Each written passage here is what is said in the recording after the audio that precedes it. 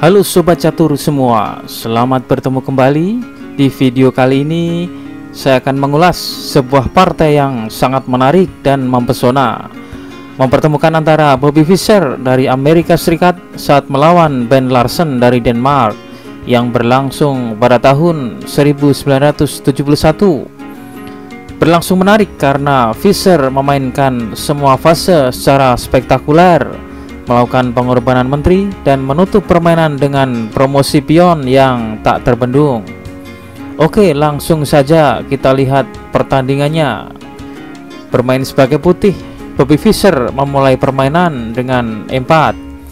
Ben Larsen merespon E6, D4, dibalas Ben Larsen D5, Fischer kuda C3, Larsen membalas gajah B4, memaku kuda E5, Larsen mengembangkan kudanya, Fischer A3 mengusir gajah, Larsen memilih bertukar dengan kuda. Balik dipukul pion, putih memiliki pusat yang kuat dan sepasang gajah yang berbahaya, tetapi hitam memiliki perkembangan yang cepat dan permainan yang bagus melawan pion-pion putih. Ini telah lama menjadi pertahanan favorit penyerang balik bagi hitam.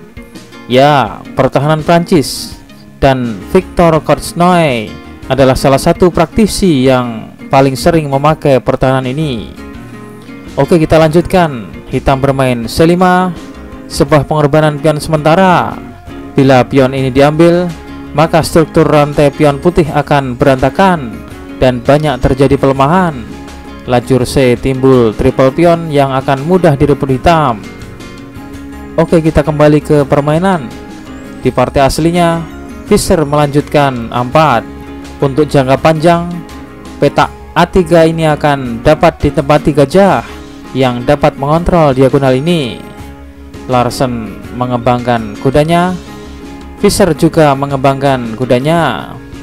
Gajah D7, gajah D3, menteri C7. Fischer melakukan rokade dan C4. Ini adalah langkah yang sangat beresiko oleh Ben Larsen. Meskipun ia berharap mengusir salah satu gajah, tapi ia juga secara sukarela membuka diagonal A3 F8.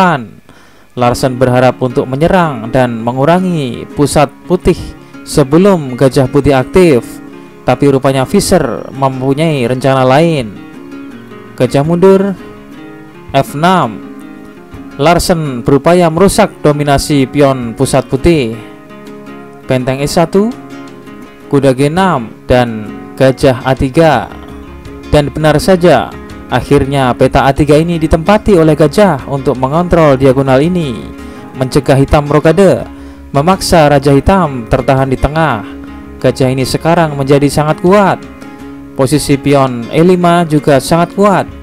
Lihat bagaimana hitam ingin melenyapkannya dengan menyerang sebanyak 4 kali, sedangkan putih hanya membela sebanyak 2 kali. Hitam melanjutkan F kali E5 dan balik dipukul pion. Kuda mengambil dan balik dipukul kuda. Kuda kali E5, menteri D4. Sentralisasi klasik menteri oleh Fischer. Menteri mengambil tempat yang strategis di mana ia dapat mengerahkan pengaruh ke segala arah. Hitam belum dapat melakukan pengamanan raja dengan rokade panjang karena ada ancaman ke A7 dari menteri. Hitam melanjutkan permainan dengan kuda G6, gajah H5 memaku kuda. Larsen memilih bermain raja F7, membackup kuda F4. Segera Fischer bermain agresif, membuka posisi untuk memberi dukungan kepada sepasang gajahnya. Benteng HG8 dan dibalas F5 dengan maksud untuk melepaskan pengawalan pion D5. Karena ada ancaman ke kuda, terpaksa pion ini diambil dan membuat pion D5 lepas pengawalan dan segera dipukul menteri. Skak, raja F6 dan gajah ke F3. Sebuah langkah yang agak lemah, mengendorkan serangan. Fischer tidak melihat langkah kuat dengan gajah D6, menteri C6, menteri D4, skak, raja F7, gajah F3 menyerang menteri ke B6, dan gajah D5 skak menghasilkan triple diagonal yang mengerikan. Oke, kita kembali ke permainan.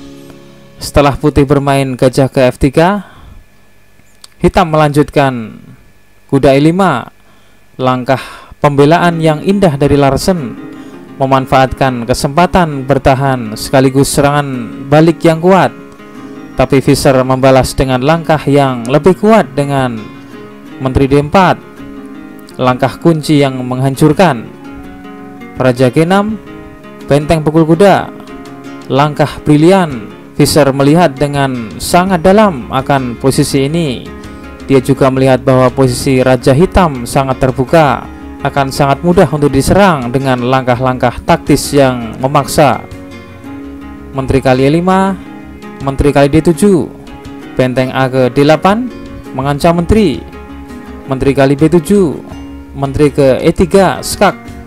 Larsen melewatkan langkah lain yang lebih baik yang memaksa Menteri Putih mundur untuk bertahan dengan bermain. Menteri kali C3 mengancam benteng dan gajah dan memaksa Menteri Putih mundur. Lalu dilanjutkan benteng hitam bermain benteng E5, menempatkan benteng di E5 yang memberikan posisi sentralisasi benteng yang luar biasa. Tapi Larsen tidak melihat semua itu. Di partai aslinya, setelah hitam bermain Menteri ke E3 melakukan skak, Raja F1, benteng D2 mengancam mat di F2. Bagaimana Fischer melepas dari ancaman mat tersebut? Fischer bermain Menteri C6 skak, ditutup benteng, gajah C5, langkah yang luar biasa. Putih menemukan langkah satu-satunya ini yang menghilangkan ancaman dan memaksa hitam untuk menyederhanakan permainan.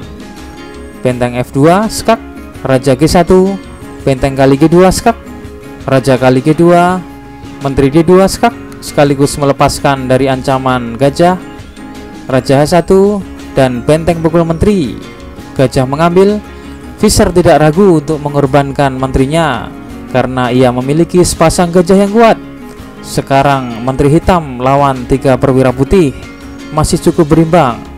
Menteri kali C3, benteng G1 skak, Raja F6, gajah kali A7, G5, gajah B6, Menteri kali C2, A5. Pion ini mulai meluncur menuju petak promosi. Hal ini memungkinkan Fischer untuk membuat promosi pion yang kuat yang didukung sepasang gajahnya. Ternyata sepasang gajah ini mempunyai peran yang sangat luar biasa. Selain mengawal promosi pion, sepasang gajah ini juga berperan mengontrol diagonal ini, berperan dalam melindungi rajanya. Oke, kita lanjutkan. Hitam melanjutkan Menteri B2 mengontrol gajah sehingga menghambat putih memajukan pionnya. Gajah D8 skak, Raja E6, A6. Menteri A3 mengancam pion B7, Menteri C5, benteng B1, C3, benteng B6. Sampai di sini hitam menyerah. Pion putih tidak terbendung lagi untuk melakukan promosi. Apabila hitam melanjutkan misalnya dengan bermain C2, maka putih dapat melanjutkan benteng ke E1 skak dan menteri hitam akan hilang. Atau apabila hitam bermain menteri ke E5, maka dibalas A7, C2, benteng ke G1 dan pion putih tetap akan promosi. Partai yang luar biasa, mempesona di semua fase. Fischer agak ragu-ragu menekan serangannya di awal, tapi segera menemukan langkahnya dengan urutan spektakuler yang dimulai dengan langkah spektakuler Menteri D4. Demikianlah partai antara Bobby Fischer versus Ben Larsen yang berlangsung pada tahun 1971. Semoga bermanfaat. Selanjutnya akan kita tampilkan kunci jawaban problem catur video yang kemarin. Kuncinya adalah Menteri ke A8. Apabila benteng ke B7, maka benteng G7, Raja kali H2, dan Menteri H8 skakmat. Andai kata hitam bermain benteng G4 skak, benteng pukul benteng, raja kali A2, dan menteri ke G2 skak mat. Atau jika hitam bermain benteng kali G2, maka gajah G3, raja G1, dan menteri ke A1 skak mat. Oke, dan selanjutnya akan kita tampilkan problem catur terbaru. Silahkan dipelajari dan kunci jawabannya akan saya tampilkan di video selanjutnya. Sekian dan terima kasih.